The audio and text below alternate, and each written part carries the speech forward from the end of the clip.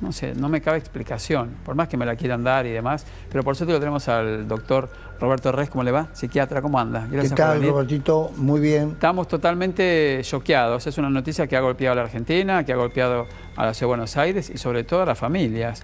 Y lo que decía Carabajal, ella no reconocía a las personas que mató como sus hijos y su marido. Robertito, Gustavo Carabajal ha sido muy explícito y técnico en su explicación.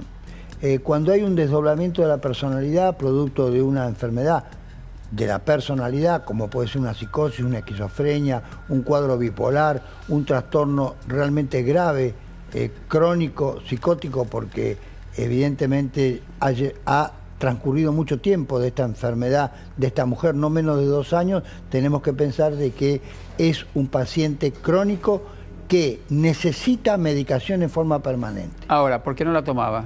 La pregunta. Bueno, hay distintas razones por las cuales el público en general no continúa los tratamientos psiquiátricos, porque en algunos casos hay efectos secundarios.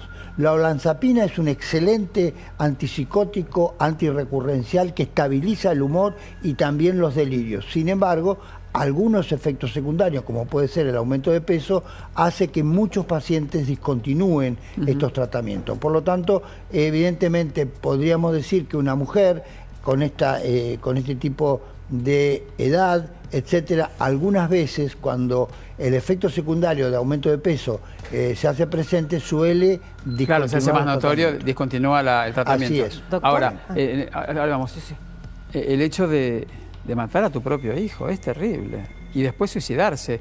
Porque, bien, Gustavo nos dice, ella mató a sus hijos, pero no reconocía en esas personas a sus hijos y a su marido.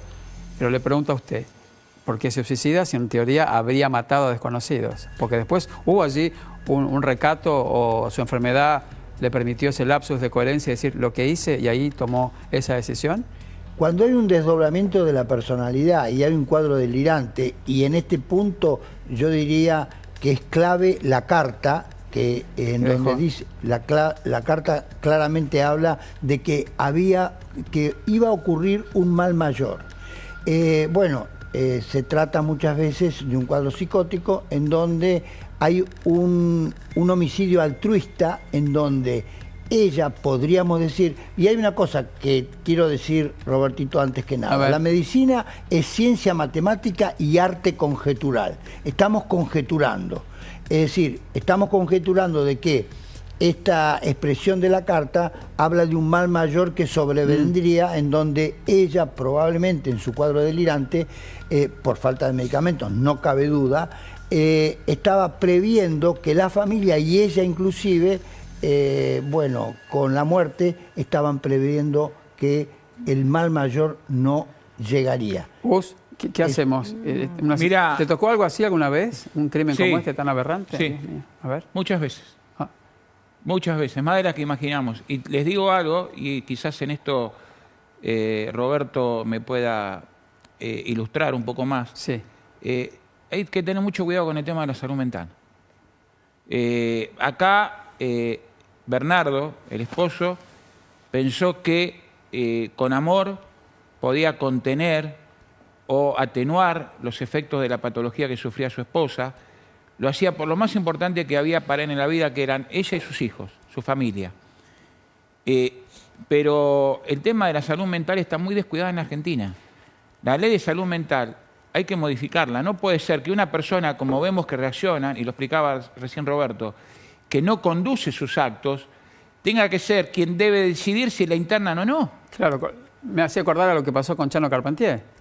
Pero, mirá, te voy a decir algo. Llamando a la distancia, claramente, tal cual, por supuesto, ¿no? Tal cual. Bueno, su esposa, su madre, Marina, luchó. Marina viene claro. y sigue luchando para que modifiquen la ley de salud mental. Sí. Esto tiene que poner en consideración de todo la necesidad de modificar la ley de salud mental y de darle a la salud mental la importancia que no le están dando las autoridades.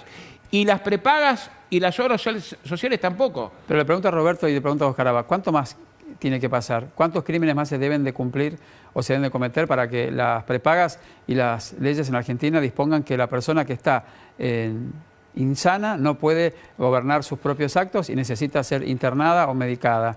Pero ¿qué necesidad? Yo le pregunto, doctor, ¿qué necesidad también de morir gente? Pero ¿cómo puede ser que no aprendamos? Y le pregunto a Carabajal también. Sí, pero eso no tiene que ver con los consensos médicos y con las qué discusiones horror. médicas también. En realidad tiene que ver muy bien lo que dice Gustavo Carabajal, y adhiero totalmente. Tiene que ver en realidad con que la internación psiquiátrica, prevista en el viejo artículo 34, que dice que por seguridad de sí y de terceros se internaba un paciente, evidentemente tiene que ver con la protección del paciente y de su medio. Y de su entorno. Con lo cual, y coincido plenamente porque hay consenso en las instituciones más relevantes de salud mental de la Argentina, que la ley de salud mental que fue prescripta en el año 2010 debe ser modificada. Le pregunto a Gustavo, recordemos cómo sucedieron los hechos, Gus, si te parece, hagamos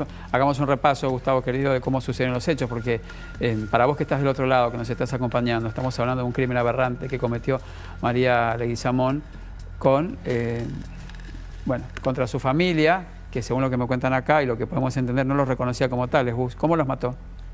La mecánica del hecho, el hecho ocurrió el miércoles, entre las 4 y las 6 de la mañana aproximadamente, más cerca de las 6 de la mañana, en el departamento sexto A del edificio de Aguirre 295. Lucía, que es la empleada que colaboraba con las tareas domésticas en ese departamento, llegó 13:30, ella trabaja lunes, miércoles y viernes de 14 a 22. Cuando le cuesta abrir la puerta, porque aparentemente tenía una pequeña, estaba cerrada desde adentro, logra abrir, es una puerta blindada, y se encuentra, ni bien ingresa en el pasillo, con uno de los hijos. Ay, Dios mío. Entonces, llama a la vecina. Sin vida, uno de los chiquitos sin vida. Desvanecido. Desvanecido. O sea, al 911 entró un llamado pidiendo una ambulancia por menor desvanecido. Era uno de los chicos que vio, no vio el resto del cuadro. Y después llega la policía y ahí encuentran los otros cuerpos y la nota que bien marcaba Roberto puede tener una clave. Y te quiero cerrar con esto. En caso abierto, después de las 13, Roberto, doctor, vamos a analizar esa carta. El mensaje que hay en esa carta que dejó aparentemente Laura Fernanda Leguizamón y que va a servir para esclarecer muchas todavía de las dudas que existen con respecto a esta masacre.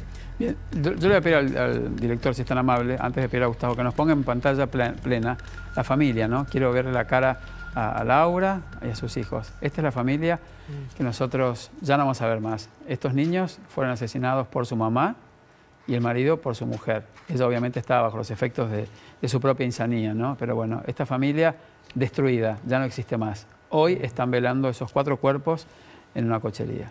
Un horror. Sí, vos sabés que lo inquietante, lo que perturba al público y a mí también, es ver esta cantidad de fotografías que se empezaron a viralizar, por supuesto, y a compartir en las redes, de todas las vacaciones de la familia, donde se los ve tan plenos, sonrientes, felices, y se la ve a ella también en la misma sintonía. Una familia feliz. Sé que las redes sociales son hoy un engaño para todos, y todos vendemos un poco de felicidad, pero no encontrar un rastro, algo de lo que le estaba pasando, ¿no es inquietante? Roberto. Decir, bueno, pero estar tan espléndida, sonriente, plena con toda su familia, una familia hermosa, unos chicos divinos. No encontrar un rastro de lo que le pasaba, para mí es perturbador. En realidad las enfermedades mentales tienen su ciclo natural y que tienen que ver con el tiempo. Hay momentos que la persona y conjuntamente su medio ambiente, podríamos decir que están estables en su humor. Y además de estar estables, pueden inclusive, cuando están bien medicados, pueden tener ciertos grados importantes de felicidad. Los medicamentos no son ni buenos ni malos, sino que administrados con razón, arte y prudencia, se manifiestan en los verdaderos signos de los dioses, decía Terencio hace 2300 años. Bien. Es decir, razón médica, arte, la medicina es ciencia y arte, y prudencia como cualquier acto médico. Y esto es importante tener en cuenta, porque la psicofarmacología moderna, que en los últimos 20 años ha evolucionado a raíz justamente de los cambios moleculares y de las neurociencias, permite tener alta calidad de vida sin efectos secundarios. Bien, gracias doctor, gracias por esclarecernos.